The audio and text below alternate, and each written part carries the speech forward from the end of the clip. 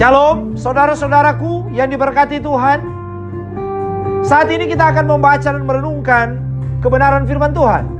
Tapi sebelum kita membaca firman, merenungkannya bersama, marilah kita berdoa. Terpujilah Engkau Tuhan Allah Bapa kami di sorga, Allah yang baik atas hidup ini. Engkau memelihara kami dalam setiap perjalanan kehidupan, usaha, kerja, hidup, rumah tangga kami. Semuanya ada dalam keberkatan dari-Mu. Dan olehnya kami berterima kasih. Tapi sekaligus juga kami mau selalu ingin diperlengkapi oleh firman-Mu. Supaya firman akan terus membuat langkah-langkah hidup kami terus benar di hadapan Tuhan. Dan menjadi berkat dalam hidup bersama dengan orang lain.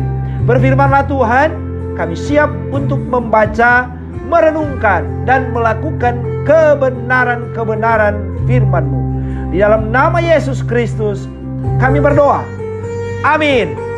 Saudara-saudaraku yang diberkati Tuhan, saat ini kita akan membaca satu bagian Alkitab dari Kitab Kejadian pasal 15 ayat pertama sampai ayatnya yang ke-21.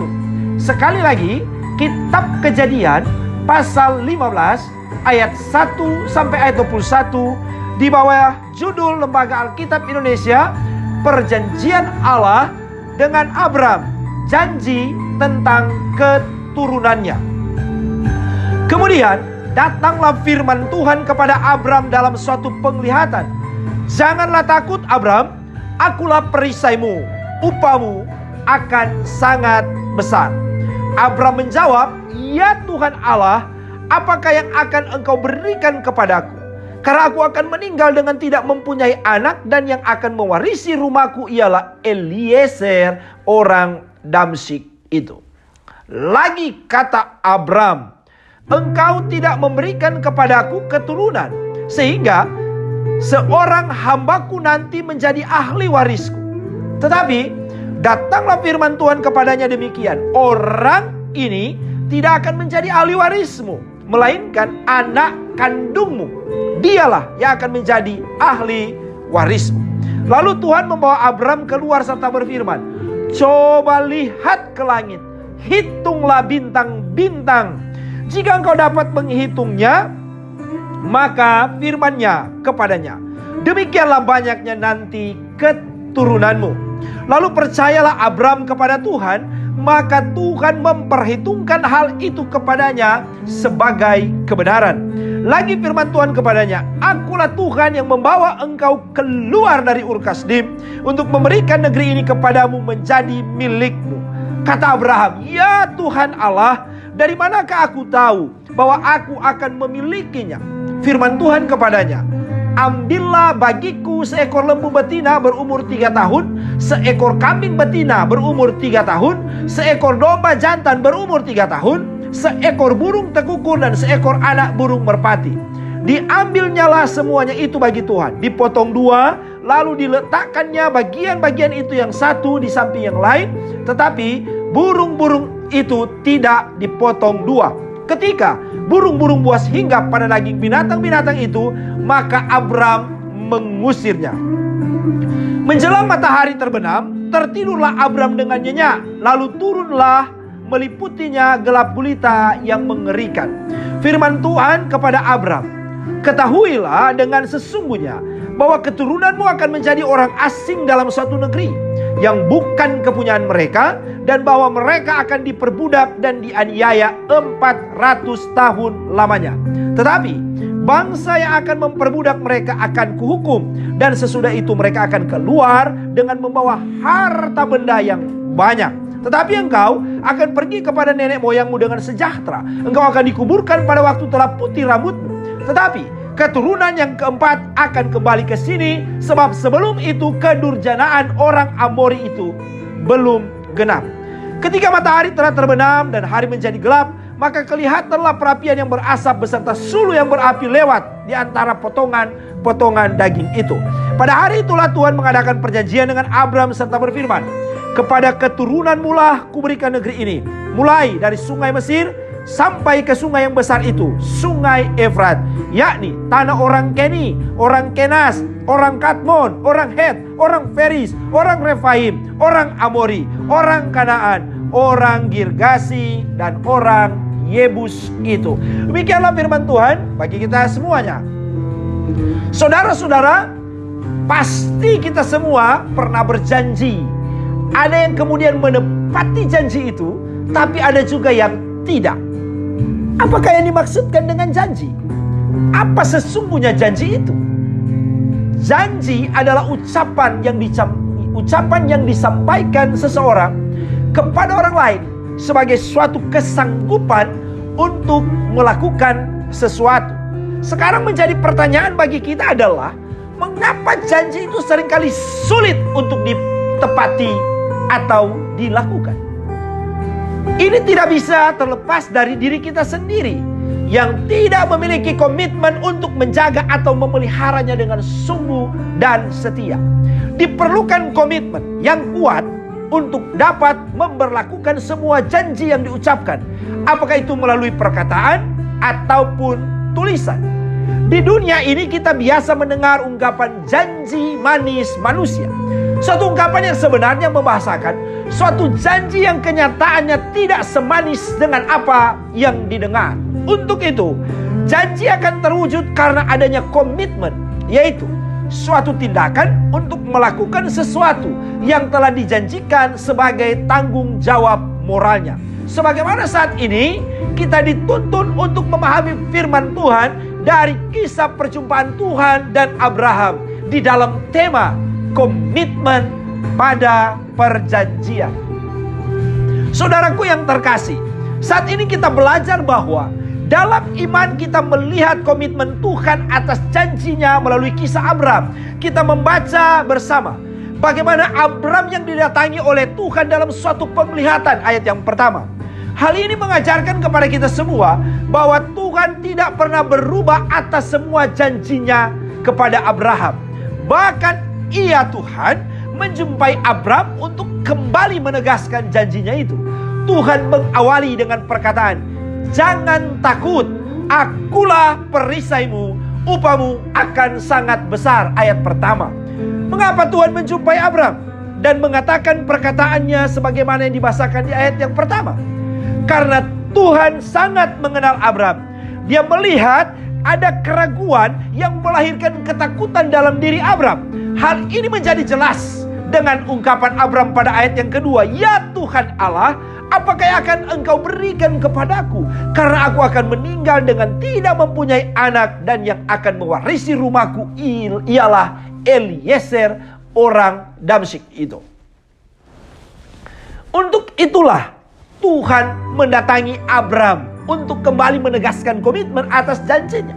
Komitmen Tuhan atas janjinya bisa kita lihat dalam ayat yang kelima, ayat ke-13 sampai ayat 15, serta ayat 17 sampai ayat yang ke-21. Tuhan menyatakan kepada Abraham bahwa keturunannya akan seperti bintang di langit. Keturunannya akan menjadi orang asing dan diperbudak, tetapi mereka tidak akan dilupakan di tanah perbudakan. Tuhan berjanji melepaskan mereka, dan bangsa yang memperbudak mereka akan dihukum, dan akhirnya bahwa keturunan Abraham akan memiliki serta mewarisi negeri yang luas dan besar. Saudaraku yang diberkati, melihat janji Tuhan kepada Abraham, maka hal ini akan terus menyadarkan kita dalam semua harapan dan kerinduan kita yang mungkin belum terwujud sampai saat ini. Ketika Tuhan berjanji, pasti Dia akan menepatinya. Sebagaimana yang dituliskan dalam kitab Bilangan 23 ayat 19. Allah bukanlah manusia sehingga Ia berdusta, bukan anak manusia sehingga Ia menyesal. Masakan Ia berfirman dan tidak melakukannya, atau berbicara dan tidak menepatinya? Tuhan merindukan setiap umatnya, anak-anaknya, setia menanti janji Tuhan dalam kehidupan ini. Mungkin ada rasa khawatir, rasa cemas, dan membuat kita takut sebagai anak-anaknya. Tapi ingatlah perkataan Tuhan kepada Abraham, "Jangan takut, akulah perisaimu." Tetaplah percaya kepada Tuhan sebagaimana Abraham percaya. Dan sebagai bentuk percaya kita kepada Tuhan, maka kita pun siap melewati proses untuk menerima semua janji Tuhan itu. Proses ini bisa berupa perbudakan yang dialami oleh bangsa Israel, di mana terjadi penderitaan, ada duka cita dan air mata, bahkan mungkin ada keputusasaan. Tapi yakinlah bahwa kalau Tuhan yang membentuk, maka kita akan muncul seperti emas yang berkilau. Sebagaimana syair lagu Janjimu Seperti Fajar yang berkata, ketika kuhadapi kehidupan ini, jalan mana yang harus kupilih? Dan pada bagian refrennya berkata, janjimu seperti fajar pagi hari, dan tiada pernah terlambat bersinar. Cintamu seperti sungai yang mengalir, dan ku tahu betapa dalamnya kasihmu. Saudara-saudaraku yang mengasihi Tuhan, melalui firman Tuhan ini maka kita diingatkan untuk terus hidup pertama. Tuhan kita adalah perisai bagi kita semua. Dengan perisai perlindungan darinya, maka kita diminta untuk tidak pernah takut atau bahkan menjadi takut. Kata takut yang sering digunakan dalam Alkitab ada dua kata, yakni yare dalam bahasa Ibrani dan phobeomai dalam ungkapan kata Yunani. Kata ini biasanya digunakan untuk menguatkan orang yang bimbang, ragu dan tidak percaya.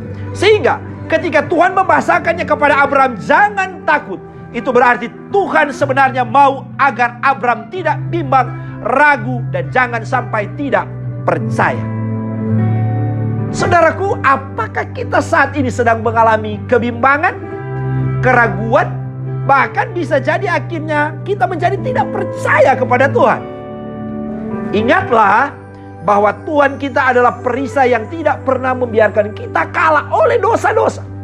Percayalah kepada Tuhan dengan segenap hatimu, maka Dia pasti menolong, bahkan menyediakan apa yang kita butuhkan dalam hidup ini.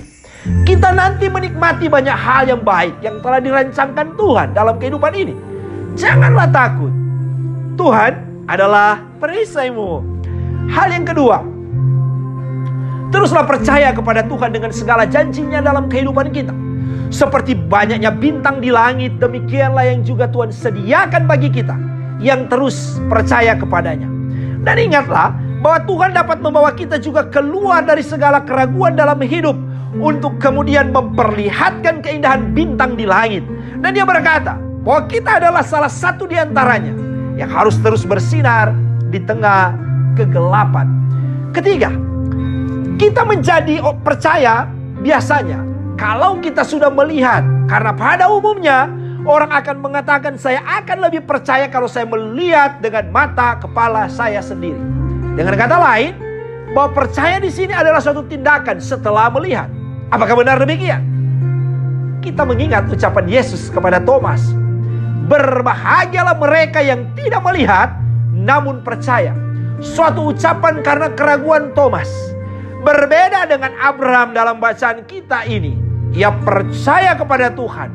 Dan melalui iman percaya itu, maka ia mengikuti apa yang Tuhan firmankan kepadanya.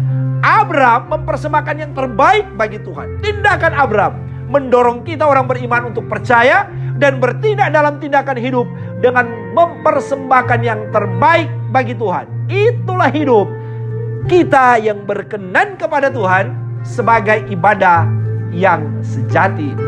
Keempat, ada satu ungkapan bijak yang berkata, kita boleh takut saat melewati kegelapan, tapi kalau tidak melewatinya, kita tak akan pernah sampai pada terang yang kita harapkan.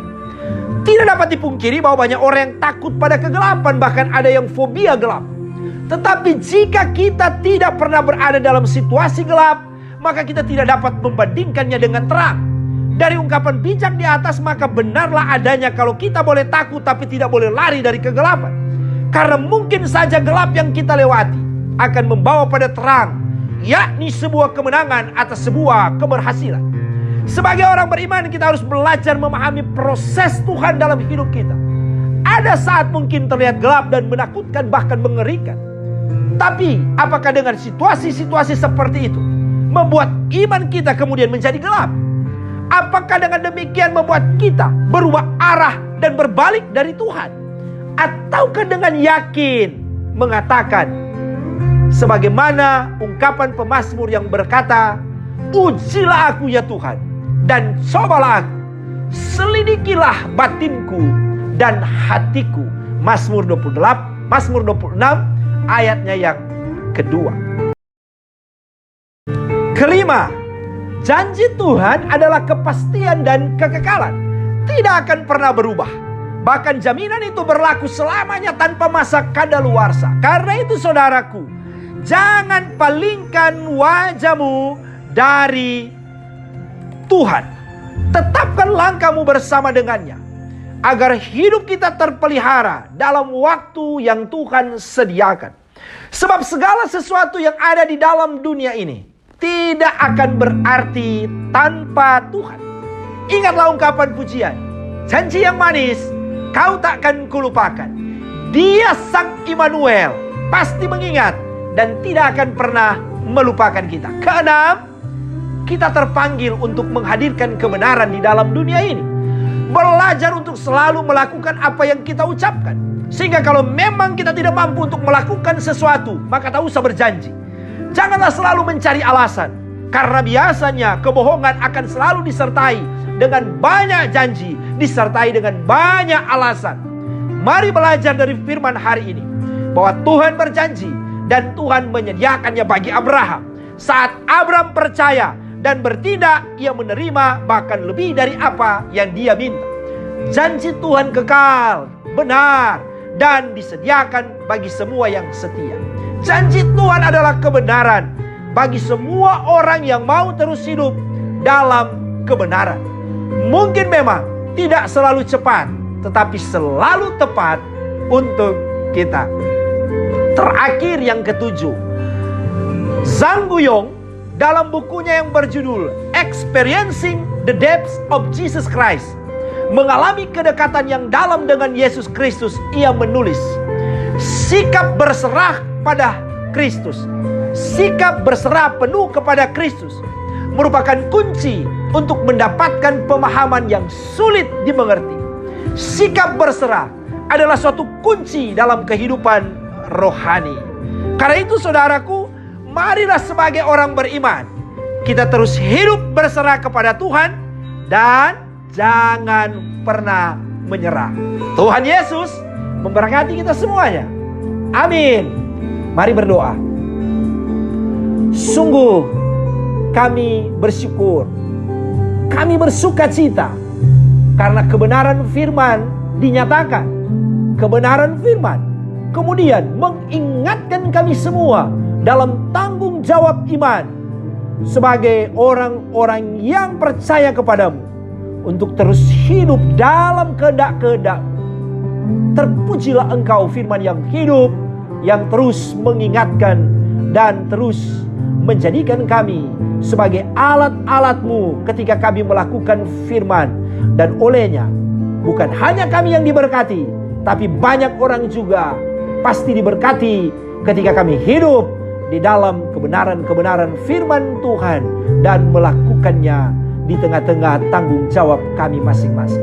Terima kasih Bapa atas firman-Mu di saat ini. Segala kemuliaan dan hormat hanya bagi-Mu, Allah yang hidup, Allah yang baik bagi kami semua. Amin.